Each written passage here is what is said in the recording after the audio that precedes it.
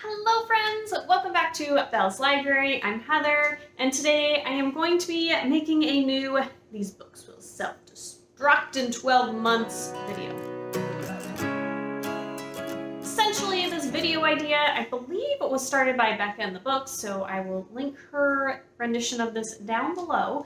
But we are going to have a set of books from my shelves that I need to read in the next 12 months, and if not, they are going to self-destruct. In other words, they will be unhauled. I just actually did a reaction to last year when I did this video, and how I did, if I had to unhaul anything, and how the reading went. In that video, I was very ambitious, and I put 15 books for 12 months. I don't know what I was thinking. This time, we're only going to do 10 books because it just seems a little more reasonable. And so I'll make sure to link the reaction video so you can see how the last round went. And we're going to get into these books after you hit subscribe. So get on down there if you haven't already. Hit subscribe. I also have my Goodreads and Instagram and Storygraph down there. Puppy's bringing me a toy. So we can talk bookish on all of these different platforms. Would love and adore that. So go ahead and do that real fast, and then we'll start looking through these books. Now, when I kind of was looking at my shelves, pulling out ideas, I tried to get a good mix of some different genres.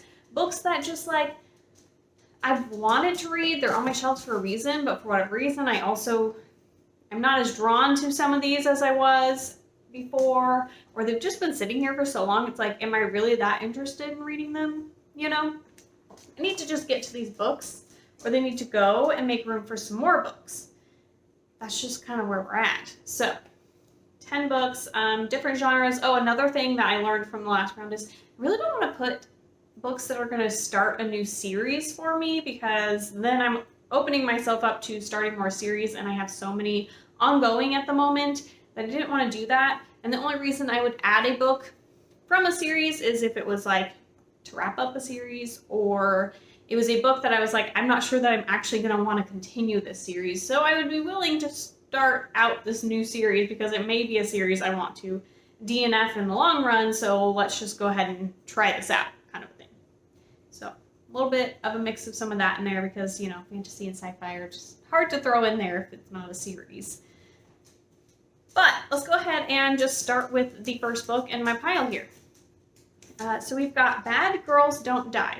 So I picked this one up from the library. They have like a room where things are on sale for inexpensive. And I was like, wow, it sounds kind of interesting. But I don't know if I'm going to be drawn back to it. So I kind of wanted to put on this list to be like, okay, you can't just pick these things up because they're inexpensive and then not read them. You need to actually read them. So this one says Alexis thought she led a typically dysfunctional high school existence. Dysfunctional like her parents' marriage, her doll-crazy 13-year-old sister Casey, and even her own antisocial, anti-cheerleader attitude. So she sounds kind of like a misfit in high school. Oh my. Oh, well, filming with a puppy can be a little interesting sometimes. Sorry, guys. Anyways, and then I think that this has some kind of a haunting things. Yeah, her sister Casey is starting to act weird. Her blue eyes go green. She's using old-fashioned language, losing track of time. So maybe some kind of possession or something going on in here. Next up, we have Graceling by Kristen Cashore. This, I believe, is like a really popular fantasy series that people really were enjoying, but I think this one was written like early 2000s-ish. I don't know that the series is finished, 2008. I just know that I heard good things, and I saw it, and I was like, well, yeah, maybe we'll get into that. But I'm also realizing more and more that like high fantasy isn't necessarily my thing, and I feel like this might be kind of high fantasy. So as much as this is actually starting a new series, this may be a series that's not for me, and I should try this book out and find out so that I know if it's even worth having on my shelves and continuing. This one says, Katsa has been able to kill a man with her bare hands since she was 8. She's a Graceling, one of the rare people in her land born with an extreme skill. As niece of the king, she should be able to live a life of privilege, but graced as she is with killing, she is forced to work as the king's thug. When she first meets Prince Po, graced with combat skills, Katsa has no hint of how her life is about to change. She never expects to become Po's friend. She never expects to learn a new truth about her own grace, or about a terrible secret that lies hidden far away. So, yeah. we'll see if I actually like this book and series and want to get into it. But I just am not sure that I super enjoy high fantasy type stuff. So this next one, I know so many people have loved and adored this book, and I still, like, part of me really wants to pick it up. I really want to know what it's about and what's going on. I'm also nervous about it because I've read from this author before, and it was another book that people really loved, and I just didn't. It was one of those books I really didn't enjoy, and so I'm just nervous that this is going to be like that too. Okay, so that's the Nightingale by Kristen Hanna. This one, it's like a World War II historical fiction, and I'm not a big historical fiction person, but we're following these two sisters, and one of the sisters, there's like the French is invading or something, Germans invading France, or anyways, one of the sisters is at home taking care of her daughter while her husband's at war, and they basically get invaded by some of these soldiers and are required to like take care of them. And then one of the other sisters is more like, she wants to be active out in the war, doing something to help and do things. The other one's just trying to like make sure to keep her family safe. And so you're following these two sisters, and that's my basic understanding of the story. I know a lot of people have cried to it and said it's wonderful and amazing, and I really do want to read it. I just haven't, and every time I look at it, I'm like, yeah, no, maybe not right now. Oh, I'll read that one eventually. So I need to just do it. So this next one, I'm actually adding 2 books on with this one. So I'm adding the 2 books that are the second and third book in the Shades of Magic series. I'm trying to think what the series was called. So we've got A Gathering of Shadows and then A Conjuring of Light. I have this gorgeous edition of like all 3 of the books. They are beautiful. They've got some like art on the inside.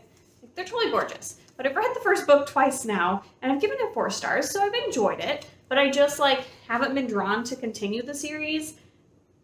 But I feel like I should and need to, especially since I have these beautiful books, and I just should get back to them. And people really like the series, so I would like to just like, let's finish the series off already. Let's get these 2 books done. Like, come on, Heather, let's do it.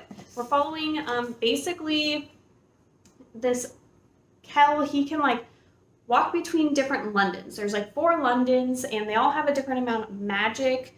So we've got like Black London, which has been completely consumed of magic, and then we have White London, which has basically almost been consumed by magic, and they are all really greedy over magic and think it's something to be used to take power. And then we have Red London, which has magic as well, but they're flourishing, they're doing well. And then we have Grey London, which has no magic. And so we're following Cal. He can travel between these, but most people cannot. There's only like 2 of them that can. They are called Antari. And kind of some adventures going on within that. And some shenanigans that kind of get sucked into. So yeah, I would like to continue this series. Hopefully it'll happen soon. Okay. Now let's move on to one of my book of the month picks. And I think this month I just was like, there was a few that I was kind of interested in, and I ended up picking The Survivors by Jane Harper. And it's like this mystery. I think this woman's sister went missing a long time ago, and nope, maybe it's a brother. Kieran's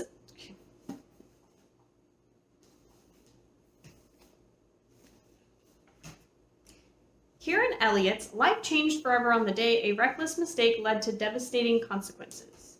The guilt that still haunts him resurfaces during a visit with his young family to the small coastal community he once called home.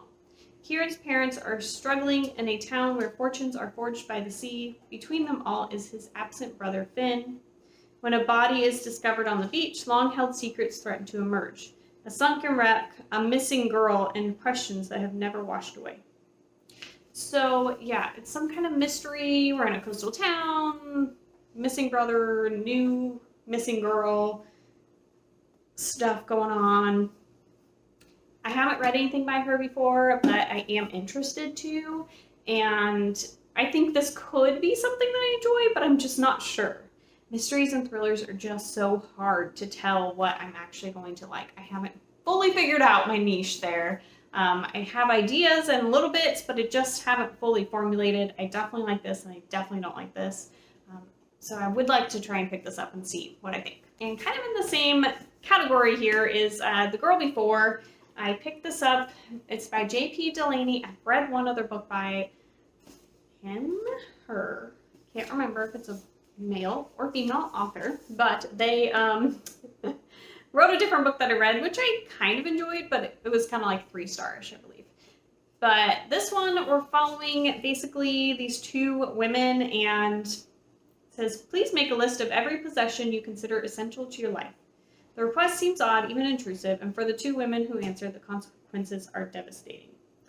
So I think they like move into these places, but they have to like give up all their possessions and follow all these rules. It really made me feel reminiscent of Lock Every Door by Riley Sager, and that's kind of why I picked it up.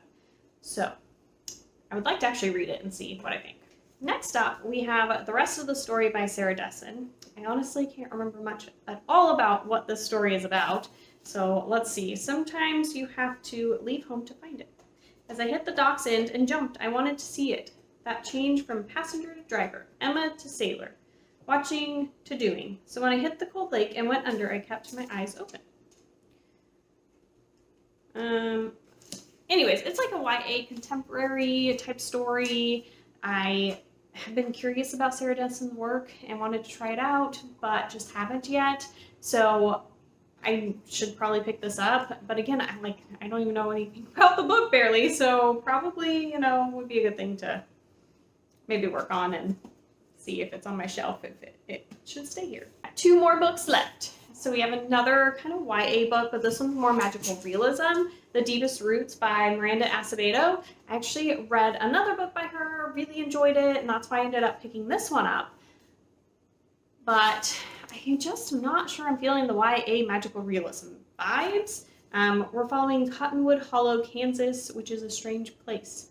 For the past century, every girl has been born with a special talent, like the ability to fix any object, heal any wound, or find what is missing. So all the girls just have some other little small ability, and I'm sure there's going to be a story of some friendship between some of these girls and adventures and stuff. And it sounds sweet and cute. I haven't picked it up yet, and I just feel like I should. And the last book that I have here is actually, I won this it's an ARC that I won through one of the Goodreads giveaways, and I don't really remember much about it, but it's Our Wives Under the Sea by Julia Armfield. So every time I look at it, I think it's some kind of historical or contemporary type novel, but I think it has some other it's horror or something else going on. It says, for fans of Department of Speculation and The Shape of Water, don't know. A mesmerizing debut novel about a couple dealing with the aftermath of a disastrous deep sea mission. So we're following a couple after they go on a deep sea mission that does not go well. And I don't know what that's really going to look like. Oh, I have some bookmarks in here. I didn't actually read it. I just apparently put bookmarks in here. So it looks like we're following Leah and Miri because I see a couple different perspectives. And yeah, that's about what I got for you on this one. So it's pretty short. It's only 220 pages, so I definitely could finish this pretty quick and easily, probably. So I just need to do it. So there is my stack of 10 books that I need to read in the next 12 months. So come back in September next year and see how I did. And maybe I'll make a couple of vlogs of me trying to read these so I can get them done and we can see if they're worth being on my shelf still. I hope you guys really enjoyed, and if you've read any of these and you suggest me getting to them first, let me know. I would love to hear all about it. And also, if you made it this far, if there's some kind of bomb or exploding emoji you can find, put that down below for me. Let me know you're here if you don't feel like chatting too much more, and we will talk super soon. You guys have a wonderful day. Bye, everybody.